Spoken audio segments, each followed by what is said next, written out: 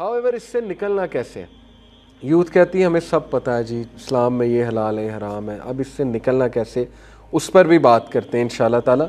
तो concept of हराम समझ लें कि जो चीज़ माइंड के लिए, हमारी सोल के लिए, सोसाइटी के लिए और फिज़िकल हेल्थ के लिए नुकसानदेह, इस्लाम उसे बैन करता है। इस्लाम हमारा खैर ख्वाह है। जैसे अल्कोहल माइंड के लिए नुकसानदेह है, सोल के लिए भी नुकसानदेह है, सोसाइटी के लिए भी नुकसानदेह है और फिज़िकल हेल्थ के लिए। तो इसी तरह ये जो इंटरमिंगलिंग ऑफ सेक्सेस है, इसके सोसाइटी पे भी हार्म्स बहुत हैं, क्योंकि जब आप इंटरमिंगलिंग ऑफ सेक्सेस की तरफ जाएंगे, मर्द और औरत के इख्तलात की तरफ, दोस्ती यारी की तरफ, तो वो उसके रिज़ल्ट्स आपके सामने। टिकटॉकर्स कैसी मिजरेबल लाइफ है उनकी। ये जो अभी आयशा कौन है वो, उनका केस खड़ा हुआ, तो आपस में दोनों क्या थे? दोस्त। यही तो वो कहते हैं ना, पहले कहते हैं बहन भाई थे फिर दोस्त बन गए। तो वो दोस्ती में फिर क्या नतीजा क्या निकला उस दोस्ती का, कि अब वो एक दूसरे के दुश्मन बने हुए।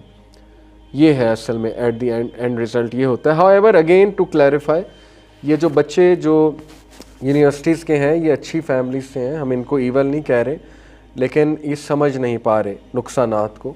जस्ट बिकॉज इन पे एक चीज़ अप्लाई नहीं हो रही, ये अच्छी नीयत से ही काम स्टार्ट करते होंगे। इनकी नीयत ये होगी कि मैं बस दोस्ती, एक मेरी नीयत अच्छी है कि मैं अगले की मदद भी करूं या अगली की मदद करूं, लेकिन वो बात कहीं और पहुंच जाती है जिसके असरात वो नहीं देख पाते। जस्ट बिकॉज आपको एक असर नहीं नज़र आ रहा, इसका ये मतलब नहीं है कि वो चीज़ दूसरे पे अप्लाई नहीं हो रही।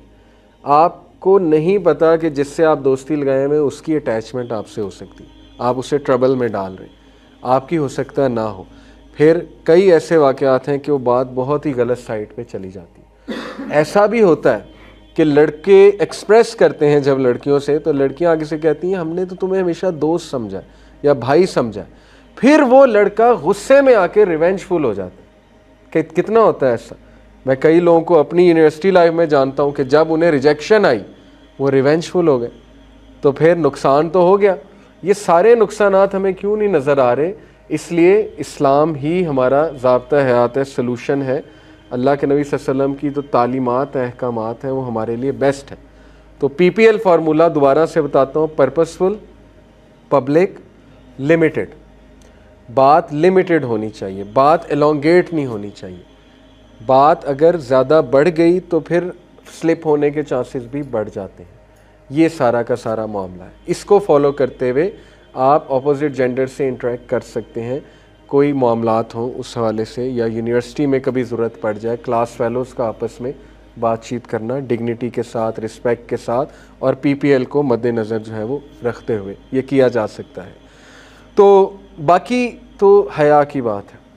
मैं समझता हूँ कि यूथ को अगर हया की तरफ लाया जाए, तलकीन की जाए, तो इंशाल्लाह वो इन खराफात से निकल सकते हैं। उस पर मैं इंशाल्लाह कुछ हदीस अब आपसे शेयर करता हूँ, और फिर कुछ मज़ीद प्रैक्टिकल टिप्स के किया क्या जाए। जैसे आप एक रिलेशनशिप में स्टक हैं, आप उसको एंड करना चाहते हैं, आपको पता है ये गलत है, तो ये आपको करना पड़ेगा।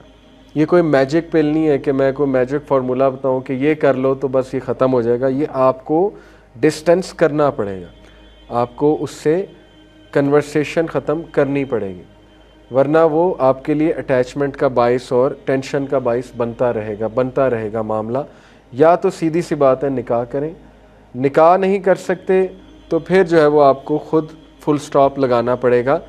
और अगर आप समझते हैं कि फॉर द राइट रीज़न्स मैं इससे शादी करना चाहता हूँ अगले से, तो फिर वेट करें, सब्र करें, दुआ करें, वो स्टेप्स लें जो आपको निकाह की तरफ लाएं, उस तरफ लाएं कि आप अगले से जो है वो हलाल रिलेशन की तरफ आते जाएं।